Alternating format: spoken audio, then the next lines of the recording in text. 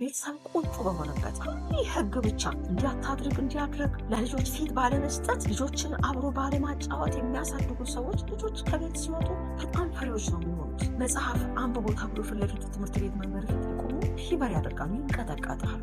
ለምን? እዚህ ቤት ውስጥ ነው ማስፈራራት የተደረገባቸው። አትችሉ፣ ልክ አይደለም፣ እንዲህ አይደለም እያልን ልጆቻችንን ካሳደግናቸው ልጆቻችን እዚያ ጋር እንደዛ ነው። በትምህርት ከሌሎች ሰዎች ጋር ላላቸው ግንኙነት ምንም ቴስት አይኖራቸው። ለምን? ገለናቸዋል። ጓዳ ውስጥ ነው የምናስቆማቸው።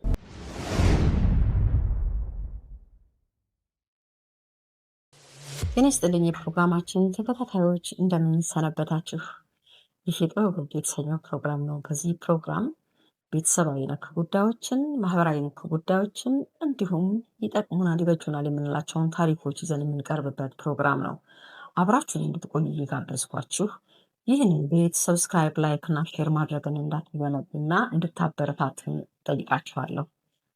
እንግዲህ ለዛሬ ይዤላችሁ የቀረብኩት ፕሮግራም ልጆች በነፃነት ሀሳባቸውን እንዲገልጹና ለቤተሰቦቻቸው ግልጽ እንዲሆኑ አድርጎ ማሳደግ በሚል ነው። ልጆች ከልጅነታቸው ጀምሮ መናገር ከጀመሩበት ጊዜ ጀምሮ ሀሳባቸውን መግለጽ ይሞክራሉ። ቤተሰብ ልጆቹ ሀሳባቸውን እንዲገልጹ እያበረታታ ማሳደግ አለበት። ለምን? ቤተሰብ የመጀመሪያው ትምህርት ቤት ስለሆነ ልጆች ሀሳባቸውን የመግለጽ ቤተሰብ እያበረታታቸው ካሳደጋቸው ባደጉ ጊዜ በሰው ፊት ቆመው ለመናገር ወይም ደግሞ ከሌሎች ሰዎች ጋር በሚኖራቸው የተግባቦት ችግር አይገጥማቸውም። እንደገናም ደግሞ የሚገጥሟቸውን ነገሮች ለቤተሰብ በፍጥነት የማሳወቅ አቅም አላቸው ማለት ነው። አንዳንድ ጊዜ ቤተሰቦች በጣም ጨዋ ወይም በጣም ቁጡ በመሆን ልጆችንም በርቀት የሚያሳድጉ ሰዎች አሉ። ኢቭን አንዳንድ ጊዜ የልጆች አንድ ላይ እንኳን አብሮ የመጫወት እድል የሌላቸው ቤተሰቦች አሉ። ልጆች ግን ከቤተሰቦቻቸው ጋር አብረው ሀሳብ በተለዋወጡ ቁጥር ቤተሰብ ነፃነት ለልጆቹ በሰጠ ቁጥር በቀሪው ዘመናቸው ውስጥ ባሉበትም የልጅነትና የእድገት ሁኔታ ውስጥ ይህንን እያሳደጉ ነው የሚመጡት። ታዲያ ልጆቻችንን እንዴት በነፃነት ሀሳባቸውን እንዲገልጹ አድርገን እናሳድጋቸው? እንግዲህ ልጆች ሀሳባቸውን በነፃነት እየገለጹ እንዲያድጉ የመጀመሪያውን ስፍራና ቦታ የሚይዘው ቤተሰብ ነው።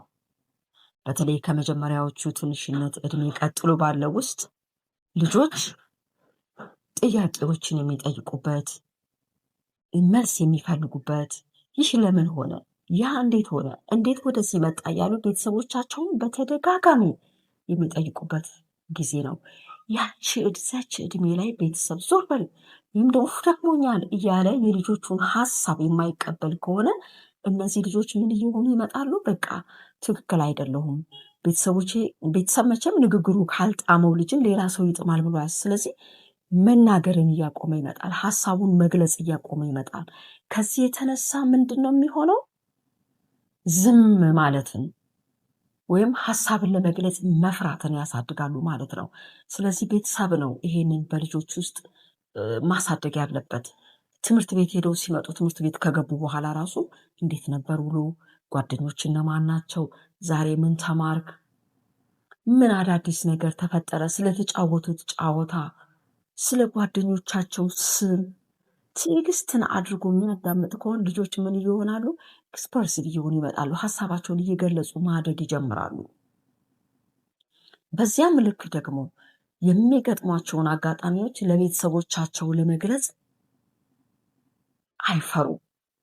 ነገር ግን ቤተሰቡን የሚፈራ ልጅ አደጋ እንኳን ገጥሞት ይቆጡኛል፣ ብነግራቸውም አይሰሙኝም በሚል የገጠመውን አደጋ እንኳን ለቤተሰቡ ሳይገልጽ በድብቅ ለተለያዩ ችግሮች የሚጋለጡ ልጆች ቁጥር ቀላል አይደለም። ይሄ ምንድን ነው? ወላጆች ከታች እድሜያቸው ነው ልጆችን እንዲናገሩ ሀሳባቸውን እንዲገልጡ አድርገው የሚያሳድጉት። ስለዚህ ሁሉ ጊዜ ወላጆች ልጆቻቸውን በእንደዚህ አይነት መልክ ነው ማሰልጠን ያለባቸው፣ መስማት ነው ያለባቸው ልጆቻቸው። እንደዚሁም ደግሞ ልጆች ወላጆች ፊት ለፊት ሲነጋገሩ ሲወያዩ ነገሮችን ዲስከስ ሲያደርጉ ወላጆቻቸውን ሲያዩ ልጆች አሁንም በምን ያምናሉ? በዲስከሽን ያምናሉ። ሀሳብን በለመለዋወጥ ያምናሉ። ስለዚህ ወላጆች ናቸው እንግዲህ ይሄንን በደንብ አድርጎ አዘጋጅተው ለትምህርት ቤት የሚሰጡት። እዚህ ቤተሰብ ጋር በጥሩ ሁኔታ ተግባብተው የሚያድጉ ልጆች ትምህርት ቤት ገብተው ከመምህራን ጋር ያላቸው ኮሚኒኬሽን፣ ከጓደኞቻቸው ጋር ያላቸው ኮሚኒኬሽን ላይ ችግር አይገጥማቸውም። በደንብ ሀሳባቸውን ጥያቄ ቢጠየቁ እጃቸውን አውጥተው መመለስ ይችላሉ። አይፈሩም። ነገር ግን ቤተሰብ ቁጡ በሆነበት ሁሌ ህግ ብቻ እንዲህ አታድርግ እንዲህ አድርግ ለልጆች ፊት ባለመስጠት ልጆችን አብሮ ባለማጫወት የሚያሳድጉ ሰዎች ልጆች ከቤት ሲወጡ በጣም ፈሪዎች ነው የሚሆኑት። መጽሐፍ አንብቦ ተብሎ ፊት ለፊት ትምህርት ቤት መምህር ፊት ቢቆሙ ሺቨር ያደርጋሉ፣ ይንቀጠቀጣሉ። ለምን? እዚህ ቤት ውስጥ ነው ማስፈራራት የተደረገባቸው። አትችልም፣ ልክ አይደለህም፣ እንዲህ አይደለህም እያልን ልጆቻችንን ካሳደግናቸው ልጆቻችን እዚያ ጋር እንደዛ ነው። ለትምህርትም ከሌሎች ሰዎች ጋር ላላቸው ግንኙነት ምንም ቴስት አይኖራቸውም። ለምን? ገለናቸዋል። ጓዳ ውስጥ ነው የምናስቆማቸው። በተለይ አንዳንድ ጊዜ አንዳንድ ቤተሰብ ብዙ በመግረፍ ብዙ በመደብደብ ልጆቻችንን የምናቃና ወይም ደግሞ ልጆቻችንን ጥሩ መስመር የምናሳይ መስሎ የምትሄዱ ቤተሰቦች አለን፣ የምንሄድ ቤተሰቦች አለን። ይሄ ትክክል አይደለም።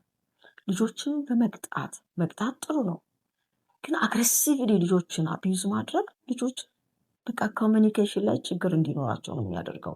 ስለዚህ ወላጆች ልጆችን በፍቅር መንከባከብ፣ በፍቅር ማስተማር፣ በፍቅር ሀሳባቸውን መስማት፣ ጥያቄዎችን መጠየቅ። እንዴት ነበረ? እርስ በርስ እንኳን ከጓደኞቻቸው ጋር ተጣልተው ቢሆን አንደውኑ ወዲያውኑ ለቁጣ ከመሄድ በፊት ምን ነበር? ከምን የተነሳ ነው? እንዴት እንዲሆነው ነገሮችን ስቴፕ ባይ ስቴፕ ልጆችን መጠየቅና ልጆችም ሀሳባቸውን እንዲያብራሩ ማድረግ ልጆች ኤክስፕሬሲቭ እየሆኑ ይመጣሉ። ሀሳባቸውን መግለጽ እየተለማመዱ ይመጣሉ። ስለዚህ ወላጆች በልጅነት ነው ልጆች ላይ የሚሰራው። ካደጉ በኋላ እና ቃና ማለት እጅግ ከባድ እንደሆነ ነው የምነግራችሁ። ልጆች ልክ እንደ ተክል ናቸው። ተክል የተተከለ ተክል አረም ሲውጠው ከአረሙ ሽሽት የፀሐይ ብርሃን ፍለጋ ሲል ይጣመማል፣ ተጣምቆ ያድጋል። ካደገ ትልቅ ከሆነ በኋላ ያንን ለማስተካከል ጥረት ብናደርግ አይሆንም። ብዙ የተጣመሙ ዛፎችን የምናያቸው ገና በችግኝ ትንሽ እያሉ የተጣመሙ ናቸው። ትልቅ ከሆኑ በኋላ እናቃና ብላችሁ በተለያየ አይነት መንገድ ብትሞክሩ አይሆንም። በትንሽነታቸው ግን ማቃናት ይቻላል። አረሙን ከዙሪያ በማንሳት በቀጥታ የፀሐይ ብርሃን በትክክል እንዲያገኙ የተጣመመውን እንኳን እንዲቃና በሌላ በሚያግዝ እንጨት ላይ ደግፎ በማቆም እንዲቃና ይቻላል። በልጅነት ነው። ትልቅ ከሆነ በኋላ ግን አይቻልም።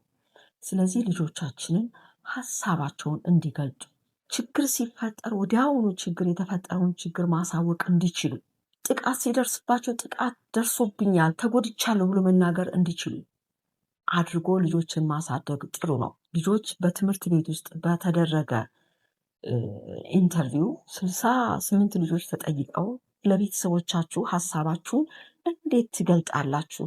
6 ልጆች ብቻ ለቤተሰቦቻችን ሀሳባችን በነፃነት እንገልጻለን ያሉት፣ ሌሎቹ ግን አይገልጹም። ለምን? ቤተሰብና ልጅ አብሮ ኮሚኒኬት አድርጎ አላደገም።